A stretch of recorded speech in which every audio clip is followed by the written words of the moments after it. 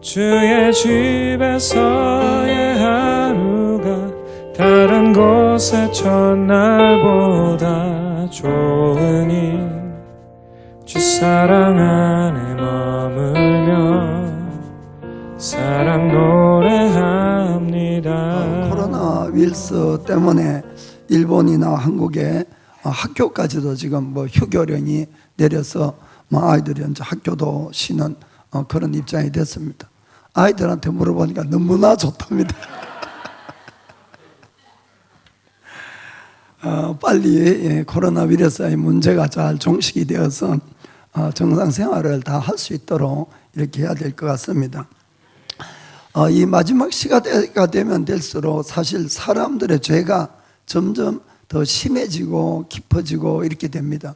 그러면은 당연히 하나님의 경고도 더 심하게 이렇게 오게 돼 있지요. 그래서 큰 재난이나 이런 것들이 옵니다. 그럼 왜 주님은 경고를 하실까 하는 것은 아직 먼저 예수님을 믿지 않는 사람들에게는 죄를 버리고 참된 하나님께로 돌아오라는 사인입니다. 사실 사람은 큰 위기를 닥치거나 죽음을 보거나 재난을 당하면은 평소에 생각하지 않던 하나님을 생각하게 되어 있습니다. 죽음도 생각합니다. 과연 죽은 다음에 어떻게 될까? 이런 것들을 진지하게 생각하기 때문에 이런 재난들이 있는 겁니다. 또한 믿는 우리들에게는 이 뜨뜻미지근한 신앙생활을 잘 정리하라고 오는 것입니다. 경고가. 그렇게 해서 다시 오실 예수님을 맞이할 준비를 분명히 하고 있으라, 이런 뜻이 되어 있습니다.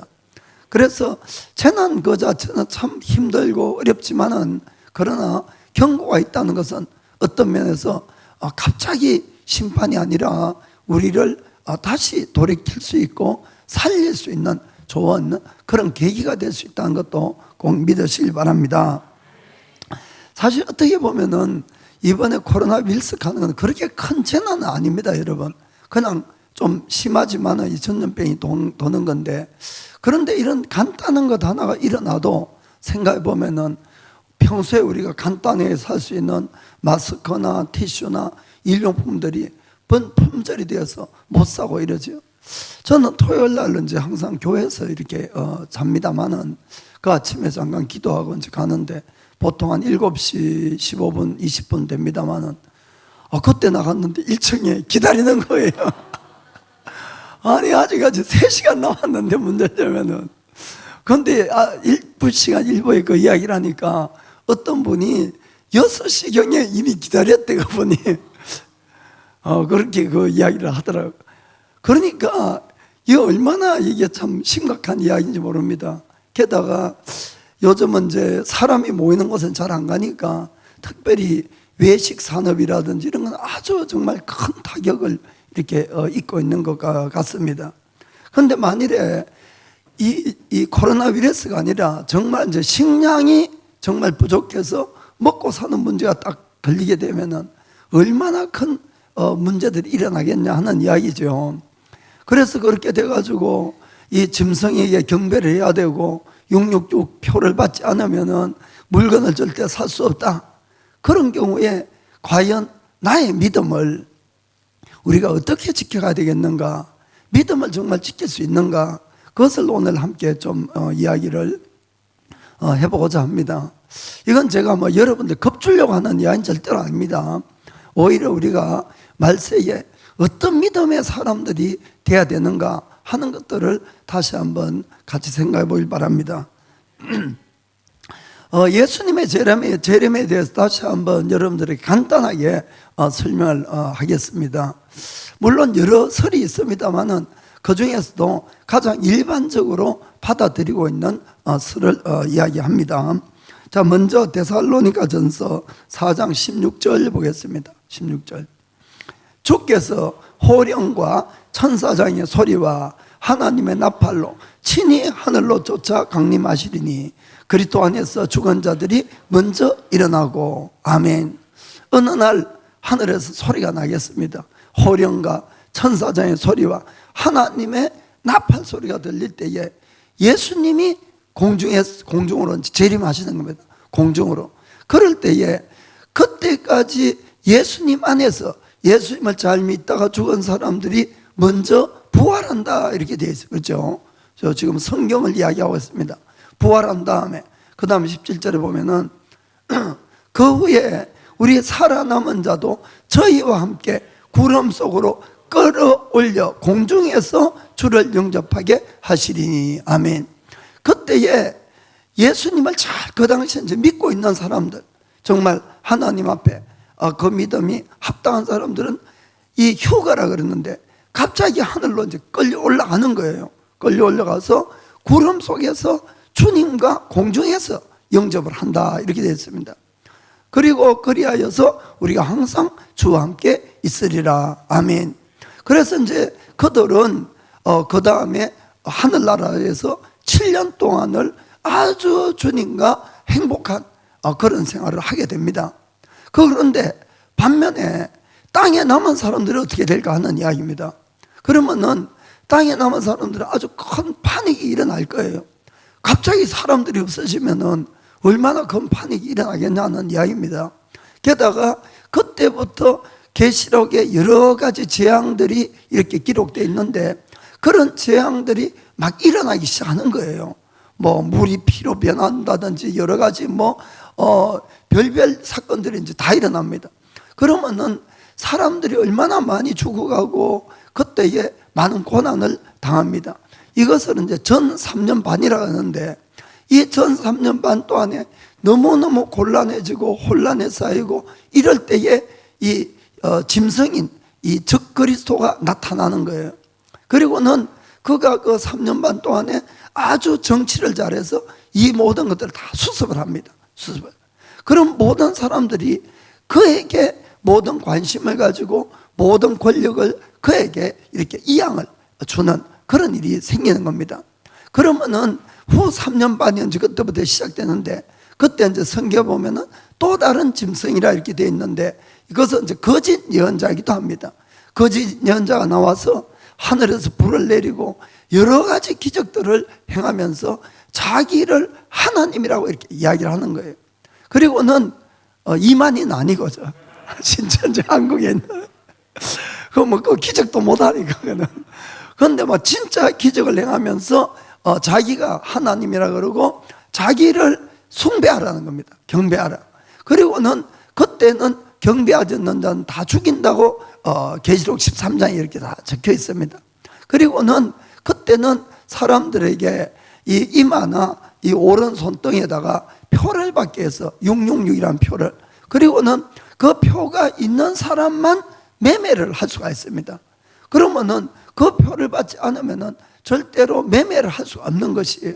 자, 그러면 7년 동안 앞에 3년 반은 그게 없어도 물건을 살 수 있지만 나머지 3년 반은 그것이 없으면은 물건을 못 산다 이런 이야기입니다. 그 금시가만 되게 3년 반 동안 잠깐만 그런 일이 생길 것 같습니다. 그래서 7년의 이 대환난이 이 땅에 이제 이루어지는데 그때 이제 하늘에 있던 그 사람들은 진짜 예수님을 믿었던 사람들이죠. 예수님과 함께 다시 강림하게 됩니다. 이제 땅으로 강림하죠. 그렇게 되면 땅에 강림하셔서 예수님이 그 짐승과 거짓 선지자들을 묶어서 불못에, 이건 지옥이에요. 불못에 던져버리고, 그리고 마귀 사탄을 큰 쇠사슬로 결박을 해가지고 무저갱이라는 곳에 집어넣습니다. 그래서 1000년 동안 꼼짝도 못해 못 나오게끔 이렇게 만드는 거예요. 그러면은 이 땅에는 그때부터 다시 평화의 1000년 왕국이 이루어지는 겁니다. 1000년 왕국이. 자, 그 장면을 한번 보겠습니다. 자, 계시록 20장 4절부터. 또 내가 보좌들을 보니 거기에 앉은 자들이 있어 심판하는 권세를 받았더라. 또 내가 보니 예수의 증거와 하나님의 말씀을 인하여 목배임을 받은 자들의 영혼들과 또 짐승과 그의 우상에게 경배하지도 아니하고 이마와 손에 그 표를 받지도 아니한 자들이 살아서 그리스도로 더불어 1000년 동안 왕노릇하니. 아멘. 거기에 왕의 보좌가 수없이 있는데 그 보좌에 앉는, 권세에 앉는, 그 권자에 앉는 사람들이 있습니다. 그 조건이 뭔가 하면은 첫째가 뭐예요? 순교자들. 예수님을 위해서 하나님 말씀 때문에 순교한 사람들이 부활해서 그 자리에 앉는 겁니다. 또 하나는 짐승에게 경배하면 되겠습니까? 안 되겠습니까? 안 된다고 되어 있어요. 경배하지 않고 666표도 받지 않은 사람들이 살아서 예수님과 함께 1000년 동안 왕노릇하리라. 아멘. 그래서 이 사람들은 그 믿음이 정말 참이겠죠. 그리고 그들은 이제 더 이상 심판받는 것도 없고 죽는 것도 없고 영원히 예수님과 함께 왕노릇을 한다, 이런 이야기입니다. 제가 꼭 이 소망을 갖고 우리가 살길 원합니다. 자, 5절 6절 보겠습니다. 5절 6절. 자, 그 나머지 죽은 자들은 그 1000년이 차기까지 살지 못하더라. 이는 첫째 부활이라. 아멘. 6절. 이 첫째 부활에 참여하는 자들은 복이 있고 거룩하도다. 둘째 사망이 그들을 다스리는 권세가 없고 도리어 그들이 하나님과 그리스도의 제사장이 되어 1000년 동안 그리스도로 더불어 왕노릇하리라. 아멘. 사랑하는 성도 여러분, 우리는 반드시 첫째 부활에 참가해야 됩니다. 이 사람들이 복이 있는 사람들인 거예요. 그래서 여기에 참가를 해야만이 그 다음에 심판을 받지 않는 겁니다. 사람은 성경에 보면은 거듭나야 된다, 그래야 천국을 간다, 이렇게 돼 있죠. 그죠? 누구라도 한 번은 태어납니다. 한 번은. 이 육의 목숨을 가지고. 그런데 거듭난 사람들은 천국을 가는데, 거듭나서 믿음을, 그러니까 두 번 태어나면은 한 번밖에 죽지 아니하고, 쉽게 이야기하면은 한 번만 태어난 사람은 두 번 죽는 거예요. 여러분, 그것은 육의 죽음이 있고 영혼의 죽음이 있다, 이런 뜻입니다. 그래서 우리는 반드시 거듭나야 될 뿐만 아니라 끝까지 하나님이 원하시는 믿음도 꼭 가져야 된다는 것을 꼭 믿으시기 바랍니다. 그래야만이 첫 번째 부활에 동참을 할 수 있어요. 그렇지 않으면은 마지막 심판 때까지는 이 살아남지 못하고, 마지막 때는 다 부활이랄까 살아납니다. 그리고는 심판을 받아서 그때 첫 번째 부활에 참여한 사람들은 영원한 천국에서 살고, 아니 나머지는 전부 영원한 지옥으로 떨어지게 되어 있는 것이 성경에 그렇게 기록되어 있는 걸 꼭 아시길 바랍니다. 그렇기 때문에 우리가 이 경고가 왔을 때에 정말 내 믿음을 꼭 점검하셔야 됩니다. 그리고는 정말 버릴 것은 버리고, 회개할 것 회개하고, 내가 고칠 것은 반드시 고쳐야 됩니다. 여러분, 우리가 경고를 무시하게 되면은, 여러분, 이거는 영생이 걸렸기 때문에 너무너무 중요한 사항이라는 것을 꼭 명심하기를 부탁드립니다. 그럼 오늘 먼저 알아볼 것은, 하나님이 우리에게 원하는 믿음이 있어요. 원하는 믿음. 사랑하는 성도 여러분, 우리는 행위로 구원을 받습니까? 믿음으로 구원받습니까? 믿음입니다. 틀림없이 믿음으로만 우리가 구원을 받아요. 절대로 행위가 아닙니다, 여러분. 그러나 문제는 뭔가 하면은, 우리가 생각하는 믿음과 하나님이 우리에게 원하는 믿음이 서로 너무나 큰 차이가 있기 때문에 여기에서 많은 신앙의 문제가 일어나게 된다는 것입니다. 우리는 그저 그 억질로라도 예수님 앞에 내가 뭐 예수님 믿습니다 이러고 나면은 구원받았다고 막 박수치고 가는데, 구원받은 거 아니에요, 그거. 여러분, 무슨 말인가 아시겠습니까? 그래가 구원 못 받는 거예요. 그 믿음은 아니다, 그 뜻입니다. 그것이 아니라 정말 우리가 예수님을 믿음으로 구원을 받지만은, 우리가 성경을 읽어보면은 그 안에는, 성경 안에 있는 믿음의 사람들은 대단하다, 우리가 참 이런 믿음이 돼야지, 이렇게 생각을 합니다. 그런데 사람들은 시대에 따라서 믿음의 기준도 달라진다고 그렇게 생각하는 사람들이 좀 있는 것 같아요. 무슨 말인지 아시겠습니까? 그 1세기 때니까 그렇게 살았지, 오늘날 우리가 그래 믿는 사람 어디 있냐고, 오늘날 그래 믿고 어떻게 사냐고. 여러분, 그것이 아니라는 겁니다. 하나님의 기준은 어제나 오늘이나 영원토록 동일한 거예요. 동일한 겁니다. 그럼 우리가 어떻게 예수님을 믿고 구원을 받는가? 사실은 우리가 주님을 믿는다는 것은 하나님과의 계약이라는 것을 꼭 기억하시기 바랍니다. 우리가 선한 일이나 이런 것이 하나도 없다 할지라도, 내가 마음으로 죄를 회개하면서 우리가 예수님의 이 나에 대한 대신 죽어주고 속해준 그것을 내가 믿음으로 받아들이면은 그 사람은 죄사함을 받는다예요. 죄사함. 그것이 죄사함이 바로 구원인 겁니다. 이해가 되죠? 죄사함을 받지만은 대신에 계약을 하는 거예요. 예수님을 나의 왕으로 모시는 삶을 사는 겁니다. 예수님이 왕이 되는 삶을 살아야 그게 참 믿음이 되는 것이에요. 이해가 되죠? 그래서 아무 잘한 것이 없다 할지라도 회개하고 예수님을 나의 왕으로 모시고 앞으로는 내가 예수님의 말씀을 따라 살겠습니다. 이것을 내가 계약을 하면 하나님한테, 그럼 나는 구원받는 거예요. 그러나 이 계약이 효과를 계속해서 가져오려면은 그 계약한 내용을 잘 지켜야 된다는 겁니다. 그것이 바로 예수님을 왕으로 한 삶인 거예요. 주의 말씀을 따라 사는 삶이에요. 그거는 율법주의가 아닙니다. 지켜서 내가 말씀을 지켰기 때문에 구원받는 것이 아니고 이미 구원을 받아서 예수님과 내가 왕과 이 신하로서의 계약을 맺었기 때문에 그걸 수행해야 된다, 그 뜻입니다. 그걸 잘 이해하시길 바랍니다. 그리고 우리의 많은 신앙생활의 문제는 뭔가 하면은 그냥 예수만 한번 믿어준 것만 가지고 구원을 받았다고 자꾸 착각하는 데 있는 것이에요. 또 그렇게 가르치는 사람도 있고, 그 다들 천국은 가고 싶기 때문에 예수를 믿는다고 하지만은 그런 은밀히 한번 내 자신을 보시길 바랍니다. 과연 나는 예수님 그분이 나의 왕이 된 삶이냐는 이야기입니다. 그분이 왕이 된 삶이 아닌 모든 것은 죄예요, 사실. 무슨 말인지 아시겠습니까? 그러면은 그거는 반드시 회개를 해야만이 해결이 될 수 있는 겁니다. 하나님은 우리가 아무리 잘못하고 죄를 지어도 정말 마음으로 내가 회개하면 용서하시고 또 용서하십니다. 이것도 믿으시길 바랍니다. 그러나 하나님이 우리에게 죄를 용서하는 목적은 이제는 죄를 짓지 말고 바로 살아라, 이것이 목적이라는 것이에요. 그걸 우리가 마음에 정말 받아야 됩니다. 어느 날 예수님 앞에 간음하다 붙들린 여자를 끌고 왔어요. 그래서 그 간음하다 붙들려 왔으면은 그 당시 법으로 돌에 맞아서 죽어야 되는 그런 상황입니다. 그런데 예수님이 그 여인을 용서하십니다. 용서하면서 마지막에 무엇라고 말씀을 하는지를 한번 보시길 바랍니다. 자, 요한복음 8장 11절. 대답하여 주여옵나이다. 예수께서 가라사대 나도 너를 정죄하지 아니하노니 가서 다시는 죄를 범치 말라 하시니라. 아멘. 용서는 하겠다는 겁니다. 용서는. 그러나 주님이 말씀은 가서 다시는 죄를 범치 말라. 아멘.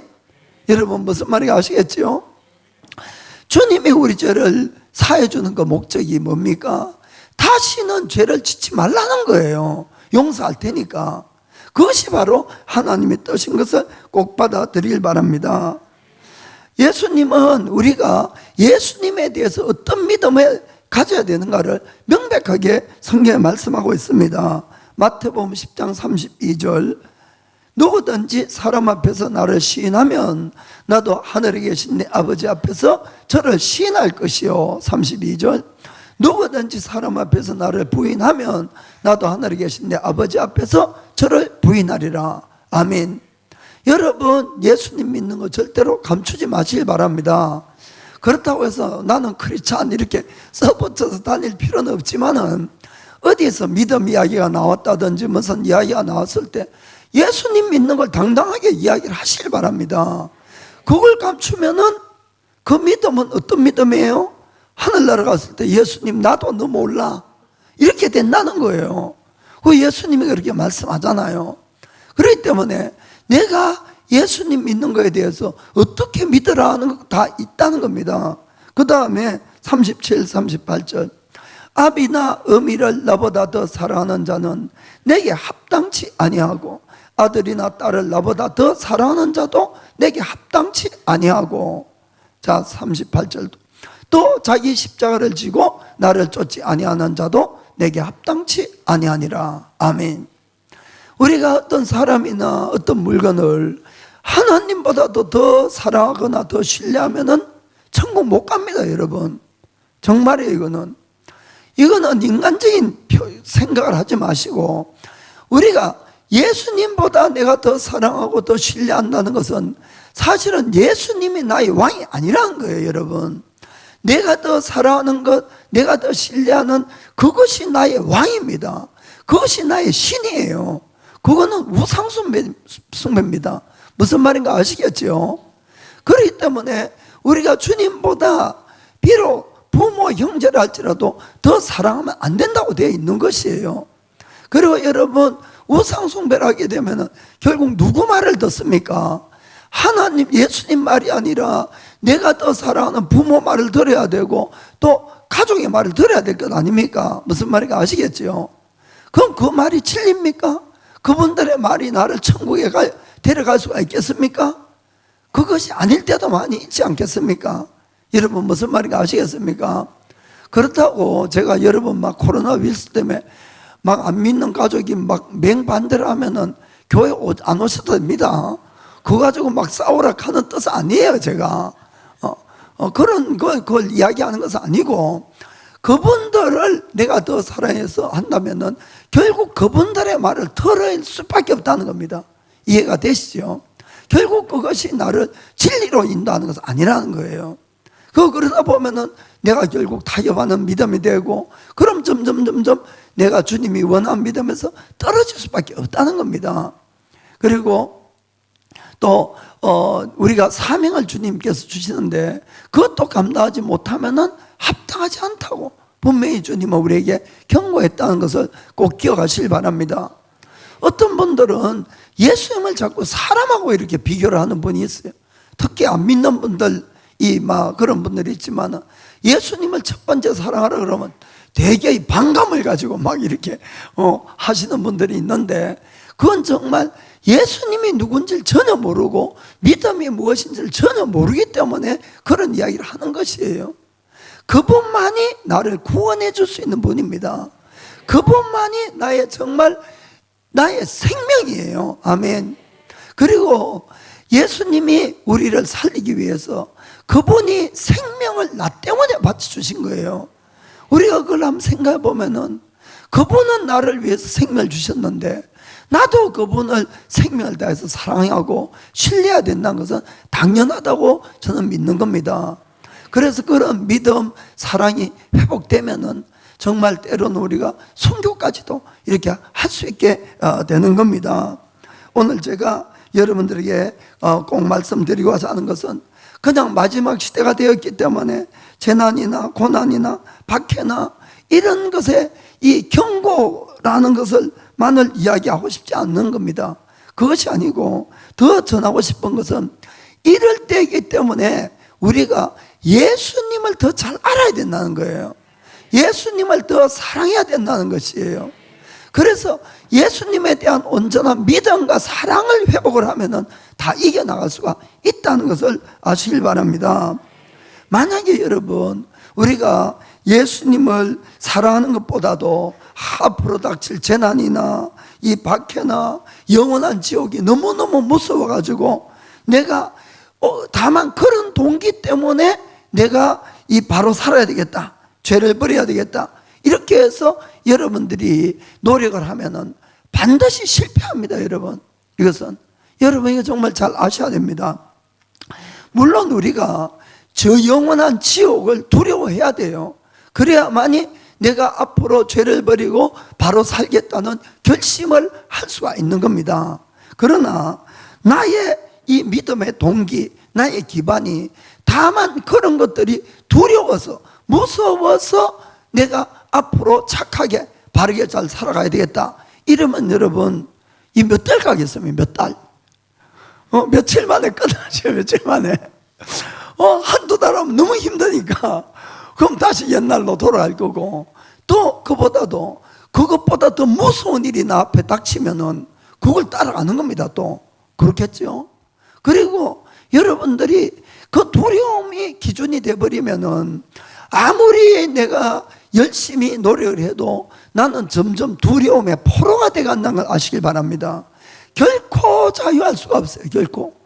두려움이 우리의 두려움 때문에 믿음을 새로 가지는 건 좋지만은 내가 믿음의 대상, 내가 신뢰해 가야 되는 것은 예수님이란 것을 여러분들이 꼭 아셔야 됩니다.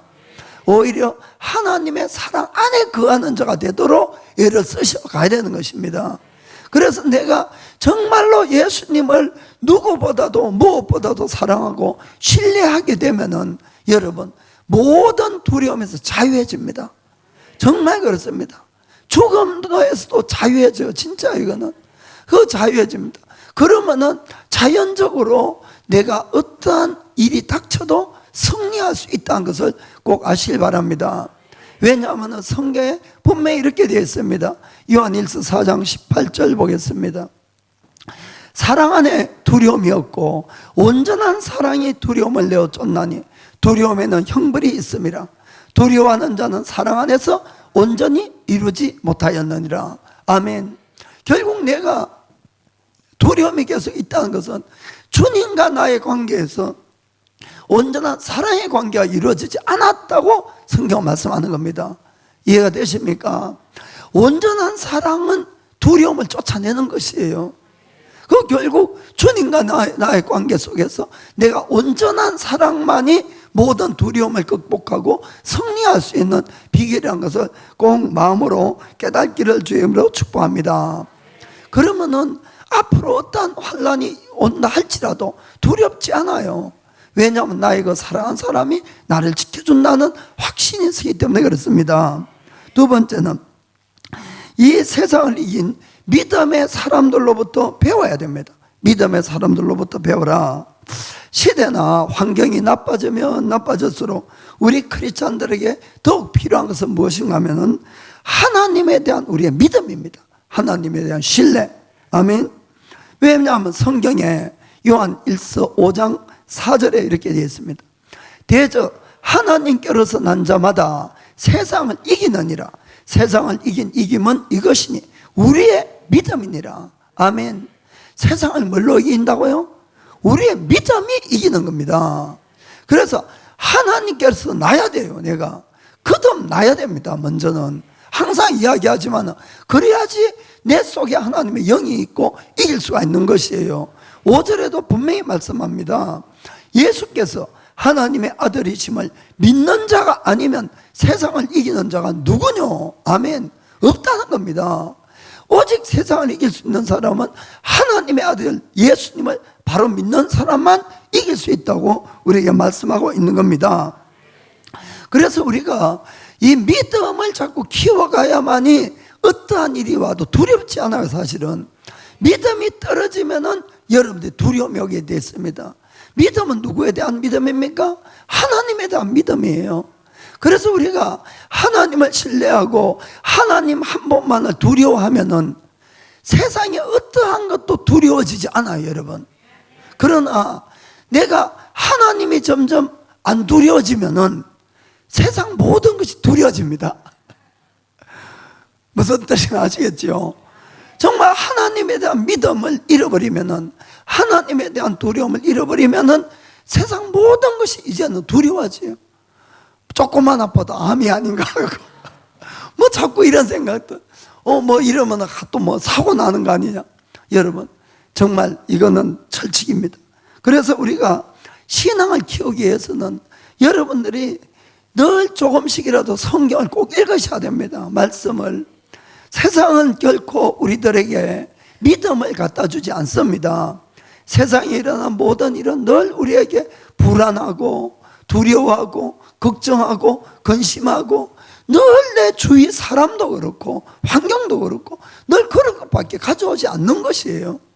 여러분들이 크게 매이면 안 됩니다. 내가 이번 주 금요일날 그 좀 설교를 좀 하려고 그래요. 그 두려움에 대해서. 그런데 그게 매이고 이길 수 있는 거기서 벗어나서 이길 수 있는 방법은 하나님 말씀을 자꾸 묵상을 하셔야 됩니다. 이 말씀 안에는 절대로 부정적인 말씀이 하나도 없어요. 성경은. 그래서 여러분들이 세상 것에서 오는 것이 아니고 말씀에서 자꾸 내 믿음을 키워가고 지켜가야 된다는 것을 아시길 바랍니다. 그래서 억지로라도 자꾸 말씀을 읽고 그것을 자꾸 묵상을 하셔야 돼요. 묵상을 자꾸 되뇌 새겨서 그렇게 하면은 나의 지식에까지 새로워지고 내 마음에 말씀이 가득 차고 우리가 그 말씀을 따라서 생각하고 또 행동을 할 수 있다는 걸 꼭 기억하시길 바랍니다. 또 하나는 성경에 수많은 성리한 인물들이 나와요. 뭐 다윗이든 아브라함이든 이런 사람들의 믿음을 결국 우리가 본받아 가는 겁니다. 아멘. 그리고 또 하나는 실제로 역사 속에서 있었던 믿음의 사람들, 믿음의 책들 이런 것을 통해서 우리가 또 믿음을 키워갈 수가 있는 것입니다. 자, 그러면은 우리 크리스찬들이 가장 원하는 것이 있다면은 뭐냐면은 이 예수님이 오셨을 때 휴가 되는 거겠지요. 그러면 죽지도 않고 그냥 고생도 안 하고 바로 천국으로 이렇게 가는 걸 것 같습니다. 그런데 성경에 보면은 휴거된 사람이 있잖아요. 에녹. 그러니까 다 성경 안에 예화가 다 있다는 겁니다. 그래, 에녹은 죽지 않고 하늘 날아갔습니다. 에녹은 그럼 어떻게 해서 그런 축복을 받았는가? 자, 히브리서 11장 5절 보면은 믿음으로 에녹은 죽음을 보지 않고 옮기었으니 하나님이 저를 옮기심으로 다시 보이지 아니하니라. 저는 옮기기 전에 하나님을 기뻐시게 하는 자라 하는 증거를 받았느니라. 아멘. 자, 비결이 뭡니까? 왜 에녹을 하나님이 죽음도 맛보지 않고 데려갔습니까?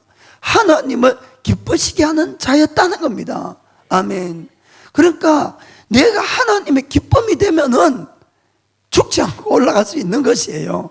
자, 그러면은 어떻게 에녹은 주의 기쁨이 되었을까? 에녹이 나오는 데는 창세기 5장에 있습니다. 그 집에 가서 한번 읽어보세요. 그럼 창세기 5장에 보면은 에녹은 하나님과 300년간을 동행하였다 이렇게 되어 있습니다.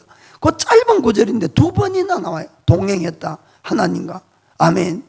하나님과 동행했다는 뜻은 늘 하나님과 함께 붙어서 지냈다 그 뜻이겠죠. 그 하나님이 우리처럼 이렇게 인간의 모습으로 와서 같이 지낸 것은 아니에요, 여러분. 그때나 지금이나 하나님은 하나님이시고 영이세요. 아멘. 그런데 에녹은 동행했다는 뜻은 늘 함께 있었다는 그 뜻입니다. 그죠? 함께 있었다. 그 뜻은 에녹은 이 365일 하루 24시간을 늘 하나님을 인식하는 삶을 살았다 그 뜻입니다. 하나님을 늘 인식하고 살았어요. 자, 여러분 한번 생각해 봅시다. 여러분들이 정말 하나님이 이 자리에 계시고 내가 어디에 있더라도 하나님이 있다 그러면은 여러분들이 말 함부로 하겠습니까? 행동 함부로 하겠습니까? 절대로 행동 함부로 하지 않을 겁니다. 그리고는 에녹은 늘 하나님을 생각하니까 하나님이 기뻐하는 것 에녹도 기뻐하고 하나님이 싫어하는 것 에녹도 싫어했을 것이고 또 그렇게 살았을 거예요, 실제로. 왜냐하면 동행하고 있으니까. 동행하니까. 이것이 바로 우리가 이 효과가 되는 첫 번째 조건이에요. 여러분, 우리가 한번 내 자신을 잘 생각해 보시기 바랍니다.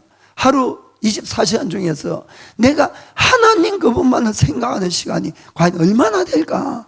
얼마나 될까? 과연 나는 하나님과 동행하고 있는가? 여러분 스스로 얼마나 된다고 생각합니까? 24시간 중에 기도 시간 중에도 딴 생각하는데 동행한다는 건 여러분 정말 쉽지 않습니다. 저도 이걸 해봐요. 가끔 해보는데 금방금방 주님을 잊어버릴 때가 많아요. 주위에 뭐 환경이 이렇다 저렇다 뭐 금방 내 마음이 그걸로 빼앗겨버리지요. 그러면은 하나님이고 뭐 온데간 데 없고 그럼 내 생각대로 내 마음대로 말하고 행동하고 이런 것들이 너무 많은 거예요. 여러분 동행해야 됩니다. 늘 하나님을 24시간 정말 의식하면서 억지로라도 한번 해보시길 바랍니다. 내 삶이 바뀌게 되어 있어요. 아멘. 그 다음에는 우리가 또 걱정하는 것이 우리가 이제 환난을 당해가지고 효과가 안 돼서 이 금신상을 이 짐승을 경배해라 표를 받아라 이러면 어떡하지 하는 그런 걱정이 있을 거예요. 그런데 대해도 성경에 예가 있잖아요. 이 바벨론에 있는 느부갓네살 왕은 이 이스라엘을 비롯해서 중동 지역을 그 당시에 다 지배를 해서 정복을 했습니다. 그리고는 어느 날 한 30m쯤 되는 큰 금신상을 만들었어요. 그리고 모든 백성을 모아놓고 그리고 다 여기 절해라. 절하지 않으면은 아주 뜨겁게 이 피운 풀무불에다가 다 집어넣겠다. 이렇게 막 엄포를 한 겁니다. 그런 왕의 무시무시한 이 명령이 나왔음에도 불구하고 이 다니엘의 세 친구인 이 사드락, 메삭, 아벳느고는 절을 안 하지요. 그들은 머리를 빳빳이 들고.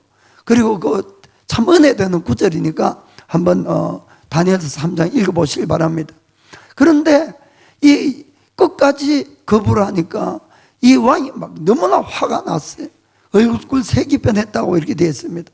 그래서 풀무불을 평소보다도 7배나 뜨겁게 하고 그 세 사람을 불구덩이에 가져 집어넣은 거예요.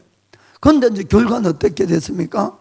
죽은 것이 아니라 주님과 함께 불 안에서 다니는 것을 보였어요.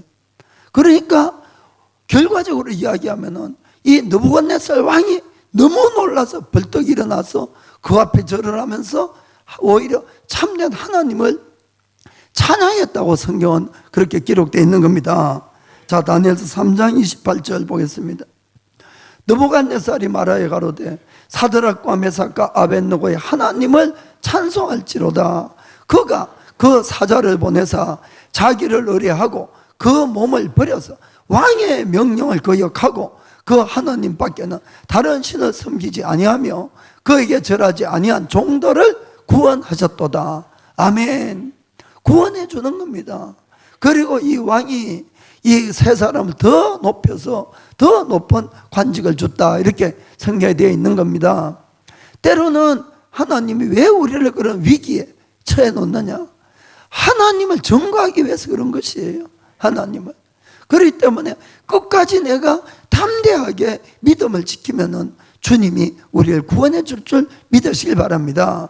그 예수님도 분명히 이렇게 말씀했습니다. 마태복음 10장 28절에 몸은 죽여도 영혼을 능히 죽이지 못한 자들을 두려워하지 말고 오직 몸과 영혼을 능히 지옥에 멸하시는 자를 두려워하라. 39절 자기 목숨을 얻는 자는 잃을 것이요 나를 위하여 자기 목숨을 잃는 자는 얻으리라. 아멘.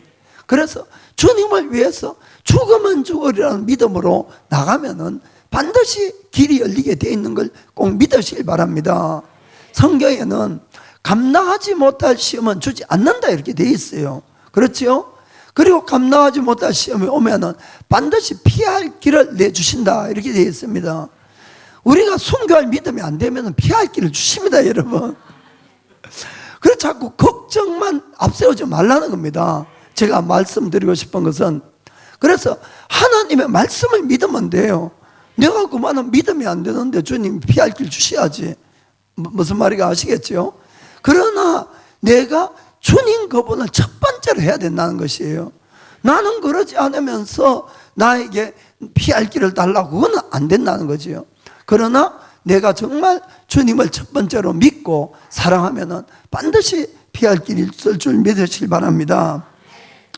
자, 그리고 이제 666에 대한 문제입니다. 먹고 사는 문제에 대해 가지고 그 어떤 이제 크리스찬들은 이걸 휴가도 못하고 막 환란 속에 있으면은 이 땅에 남아서 도망 다니다가 표 안 받고 그리고 결국은 이제 7년 동안 못 먹고 굶어 죽는 거 아니냐 뭐 이렇게 생각하고 걱정하는 분들이 좀 많은 것 같습니다.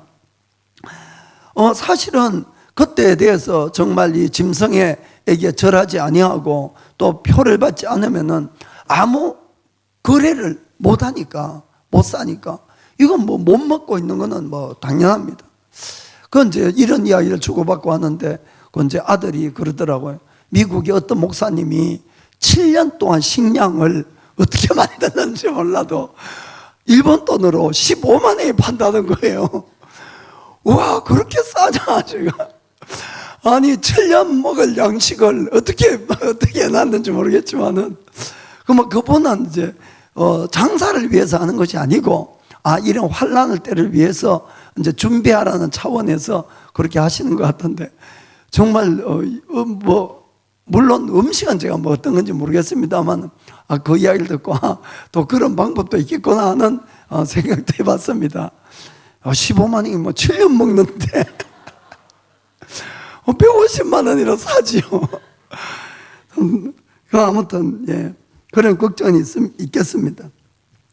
저는 이제 개인적으로 이 마지막 3년 반 이 시대의 이 환란은 이 북이스라엘의 아왕 때의 3년 반의 이 기근 시대하고 이 바로 그 예표다. 저는 이래 생각이 듭니다.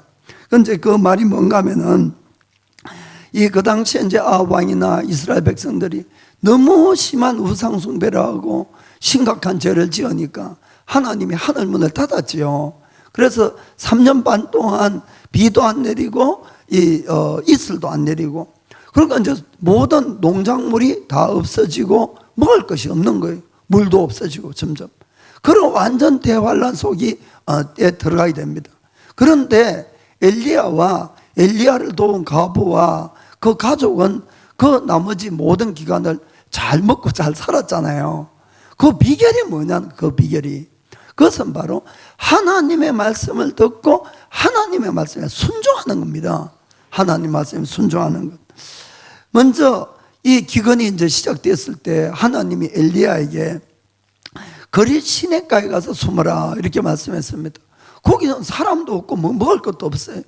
그런데 엘리야는 순종해서 갑니다. 아무도 없는 곳에 그 물만 먹고 살아도 할 수 없지 뭐. 그런지 그걸로 갔어요. 그러자 놀라운 일이 있었죠. 뭡니까?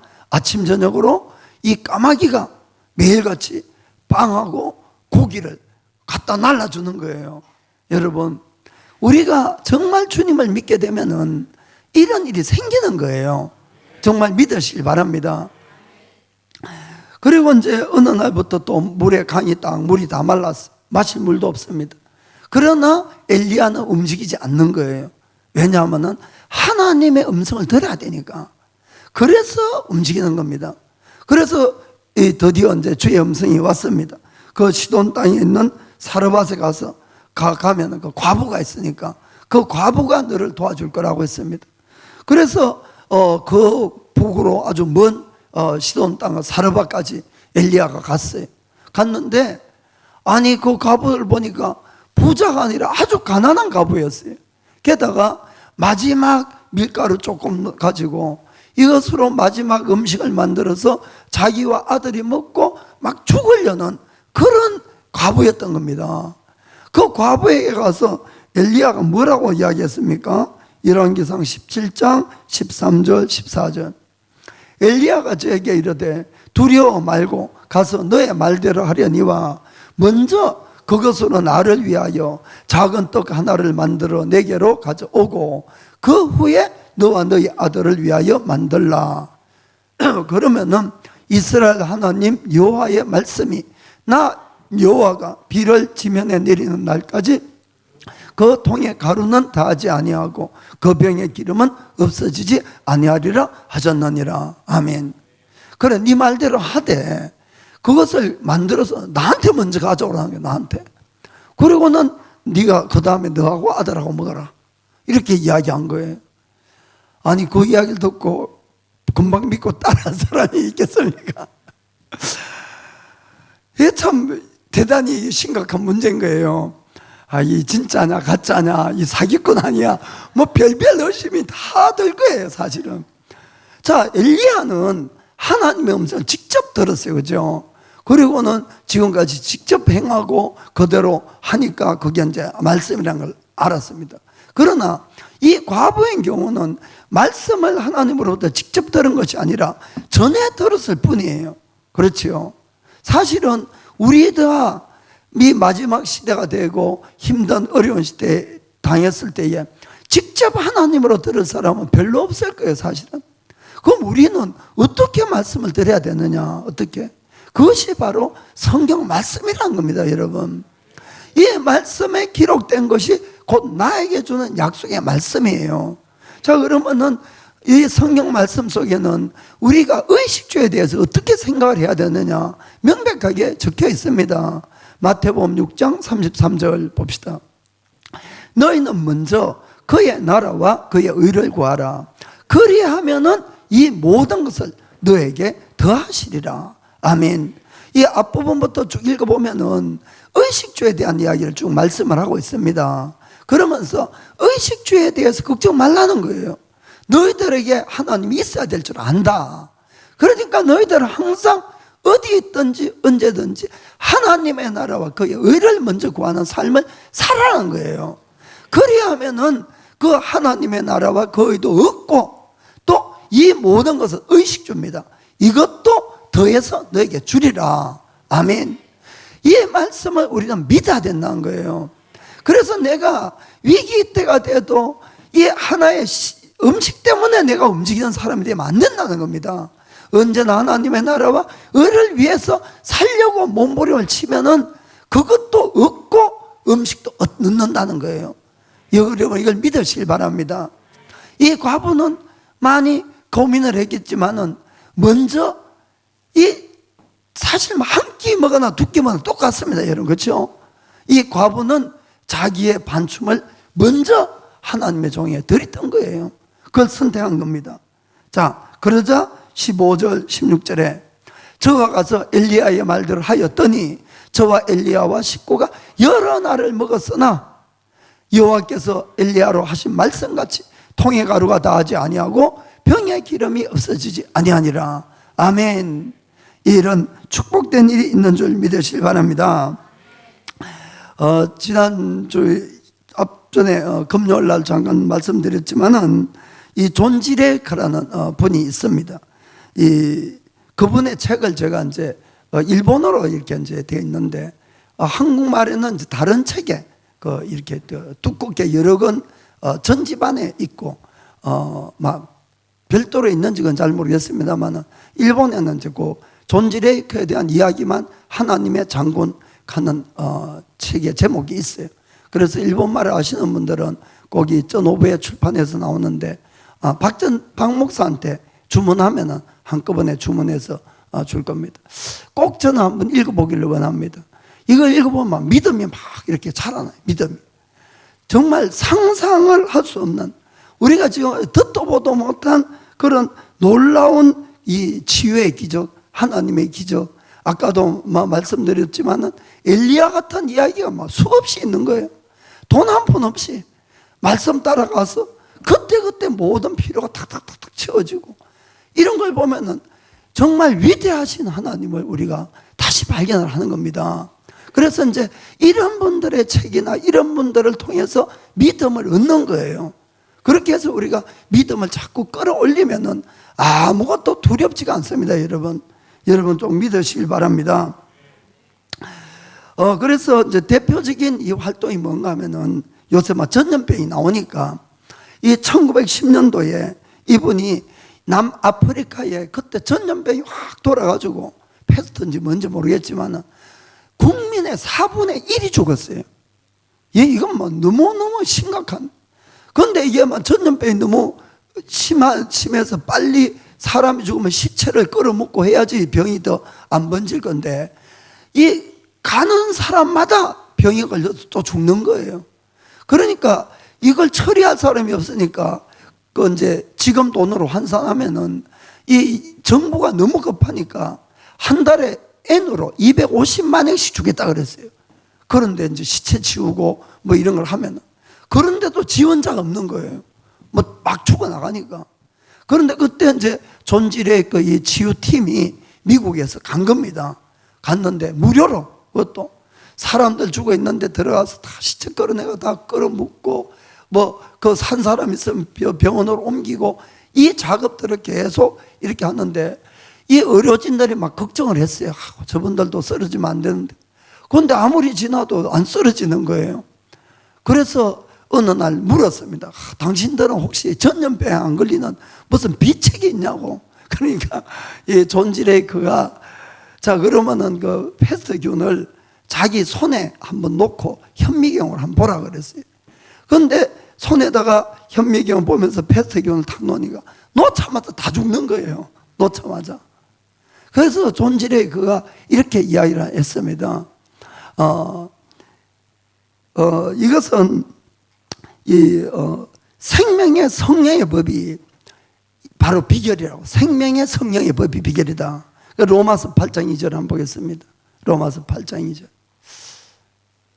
자, 여기 보면 이렇게 되어 있어요. 이는 그리스도 예수 안에 있는 생명의 성령의 법이 죄와 사망의 법에서 너를 해방하였음이라. 아멘. 그래서 이 존 G 레이커가 이 말씀을 인용하면서 생명의 성령의 법, 즉 내가 성령님과 하나가 되어 있을 때, 일치가 되어 있을 때는 절대로 병균이 나를 죽이지 못한다고. 병균이 나를 죽이려고 오면은 성령께서 먼저 다 죽여버린다는 거예요. 아멘. 우리가 믿음을 키워야 된다는 겁니다. 실제로 이런 일들이 일어났다는 거예요. 실제로. 거기에서 한 5년 정도 이번에 이제 활동을 하고, 그 다음에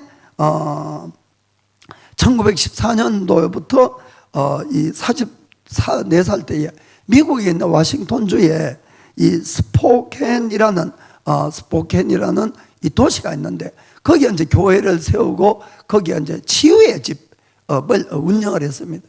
그래서 5년 동안 거기서 활동을 하셨는데, 그때에 그 치유의 집을 다녀간 사람이 10만 명이 다녀가고 병을 낳았어요. 거기서 10만 명. 참 놀라운 일입니다. 그리고 미국에 미국 정부의 영감이라고 있어요. 영감에 보면은 1915년에서 1920년까지 5년 동안 미국에서 가장 건강한 도시로 뽑힌 것이 바로 존 G 레이커가 이 치유의 집을 운영했던 스포켄시로 뽑힌 거예요. 그러니까 뭐 그 도시가 병이 없었는데 병이 다 떠나가고. 그 제가 이제 이런 이야기를 하면은 어떤 분들은 그렇게, 아유 목사님 엘리야하고 우리하고 같냐고.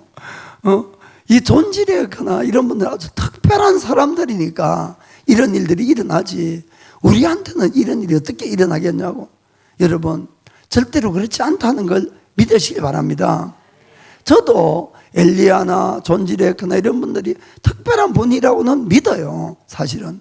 그러나 성경은 분명히 이렇게 이야기를 합니다. 야고보서 5장 17절 보겠습니다. 엘리야는 우리와 성정이 같은 사람이로되 저가 비 오지 않기를 간절히 기도한 적 3년 6개월 동안 땅에 비가 아니 오고. 18절에 다시 기도한 적 하늘이 비를 주고 땅이 열매를 내었느니라. 아멘. 엘리야가 기도하니까 하늘문이 닫히고 또 기도하니까 하늘문이 열렸던 거예요. 정말 엘리야는 하늘문을 닫고 여는 그런 사람이었어요. 우리가 볼 때는 정말 특별한 사람이었어요. 그러나 17절에 다시 보면은 엘리야는 우리와 성정이 같은 사람이로되 이렇게 적혀놓은 겁니다. 왜 이걸 적어 놓았을까요? 특별하지 않다는 거예요. 똑같은 사람이나 똑같은 사람. 여러분 기적을 일으키는 것은 하나님이지 엘리야나 존 G 레이커는 아닙니다. 무슨 말인가 아시겠죠? 우리는 통로일 뿐이에요. 통로일 뿐. 그럼 엘리야와 우리가 뭐가 다릅니까? 여기 보면은 엘리야는 간절히 기도한 적 이렇게 돼 있어요. 그럼 우리는 간절히 기도 안 했은 적 이밖에 안 된다는 겁니다. 무슨 말인가 아시겠죠?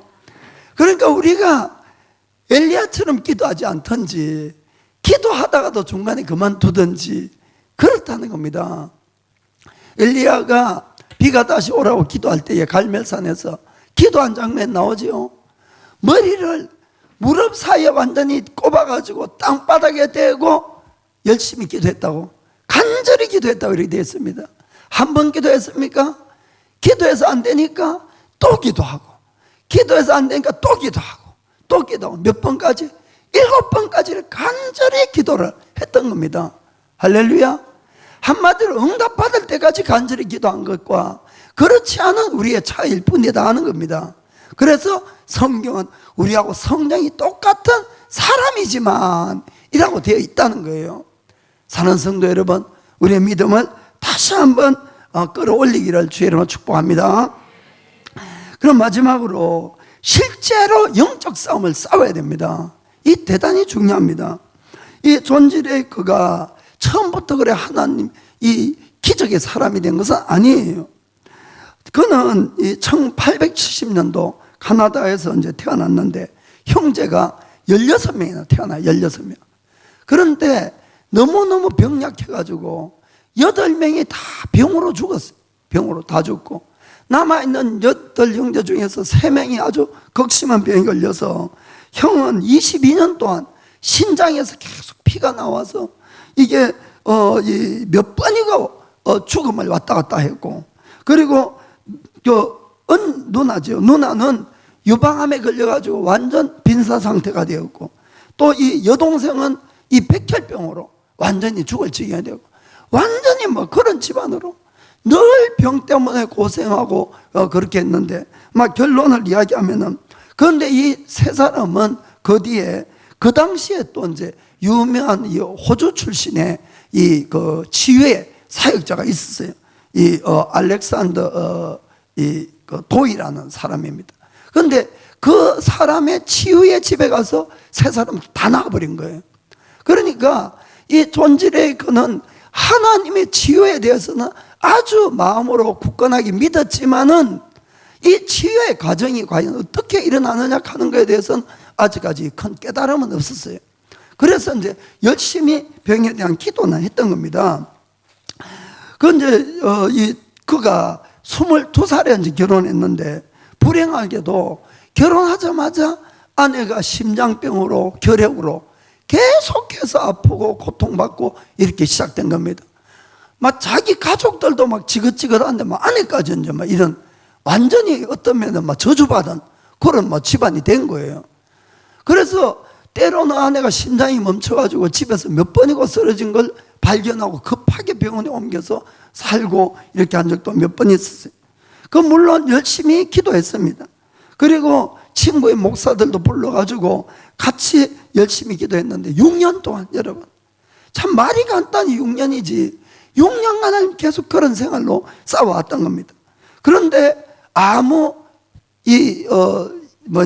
보람도 없이 어느 날 아내가 죽은 거예요.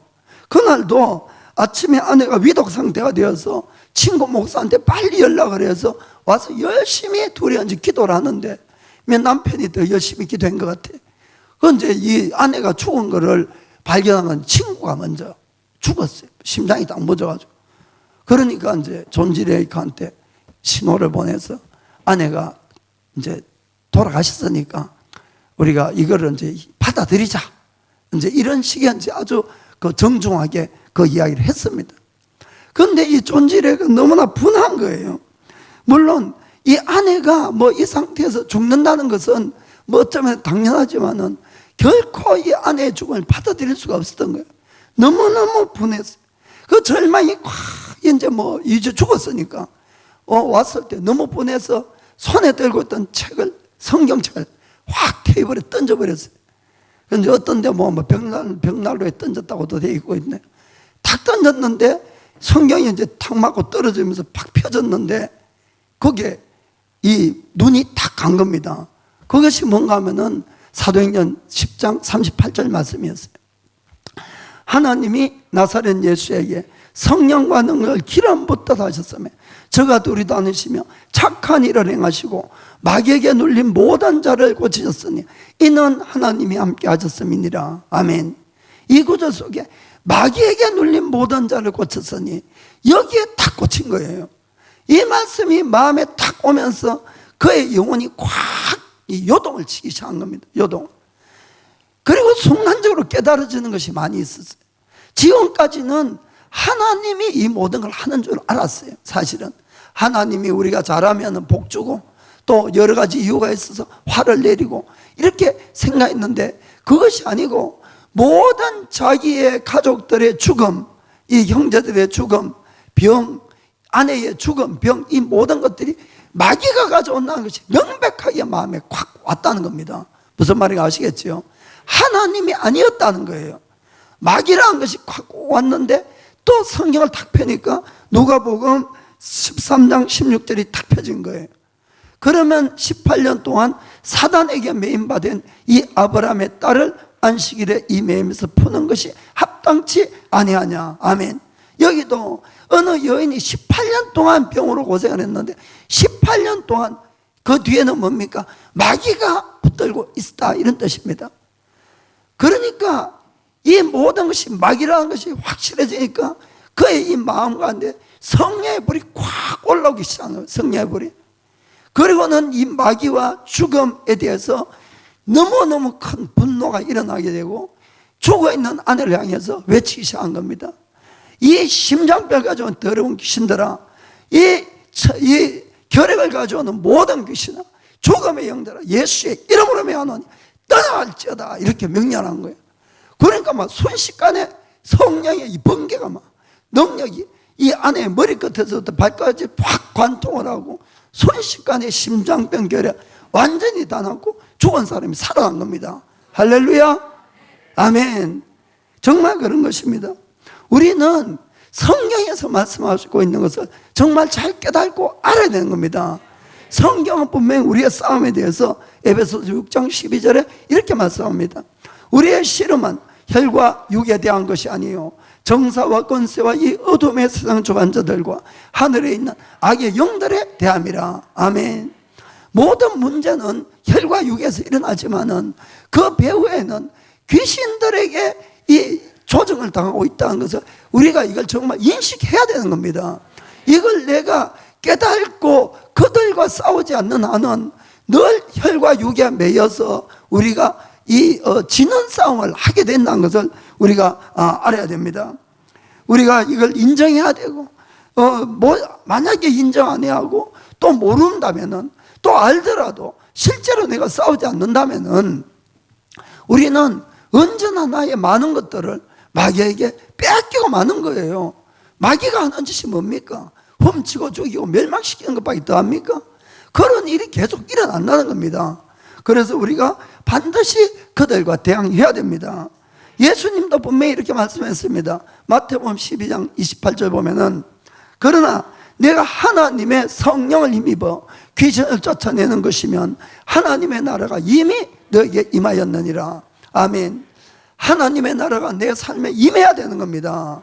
하나님의 나라라는 뜻은 하나님이 나를 통치한다는 뜻이에요. 환경을 통치합니다. 그러면 질병이 어디에 있고 문제가 어디에 있겠냐는 이야기입니다. 그러기 위해서는 뭐가 필요합니까? 성령을 힘입어서 귀신을 쫓아내야 된다는 겁니다. 그러면 하나님 나라가 임한다는 것이에요. 29절에는 사람이 먼저 강한 자를 결박하지 않고야 어떻게 그 강한 자의 집에 들어가 그 세간을 넉탈하겠느냐. 결박한 후에야 그 집을 넉탈하리라. 아멘. 이 강한 자는 이 귀신 마귀를 이야기하는 겁니다. 그들이 우리의 삶 가운데서 묻고 있는 훔쳐간 것들이 많이 있다는 것이에요. 우리의 가족들의 구원을 방해하고 있고 우리에게 건강을 훔쳐가고 재산을 훔쳐가고 인간관계를 깨뜨려버리고 이 모든 것들이 배후에서 귀신들이 하고 있다는 겁니다. 그들이 묻고 있는 것을 빼앗아 오려면은 그들을 먼저 묶으라는 겁니다. 쫓아내라는 겁니다. 그래야만이 빼앗아 올 수 있다고 성경은 분명히 말씀하고 있는 겁니다. 그래서 사랑하는 성도 여러분, 우리가 영적 싸움, 말만 영적 싸움이 아니라 실제로 내가 영적 싸움을 해야만이 그 묶여있고 빼앗겨있는 모든 걸 찾아올 수가 있는 것입니다. 그걸 여러분들이 꼭 마음으로 깨닫길 원합니다. 이 귀신을 쫓아내는 것은 우리의 능력으로는 절대로 할 수가 없습니다. 오직 생명의 성령의 법입니다. 그것은 성령과 내가 하나가 되어야 됩니다. 그러기 위해서 늘 나를 깨끗하게 보존을 해야 됩니다. 그래서 거룩함이 필요한 것이에요. 그리고 내가 기도 올라서 내가 늘 성령 충만을 해야만이 내 말에 내 말뿐만 아니라 성령님이 같이 나가게 되어 있다는 겁니다. 그걸 믿으시길 바랍니다. 그리고 언제나 예수님을 가장 첫째로 하는 왕으로 삼는 삶을 사셔야 됩니다. 그래야만이 내가 주님에게 온전히 순종할 때 우리는 이 예수님의 몸입니다. 몸. 내가 순종하면은 나의 말에도 모든 만물이 순종하게 되어 있는 겁니다. 그래서 정말 주님께 순종한 삶을 살아서 모든 영적 싸움에서 이기고 이 마지막 때를 당당하게 승리하는 우리들이 다 되기를 주의 이름으로 축복합니다. 기도하겠습니다. 평생에 단 한 가지 소원, 주의 아름다우신 보며 사랑 노래하는 것. 오 나를 주 소노미가 오아오기 주노와 이노나가 돼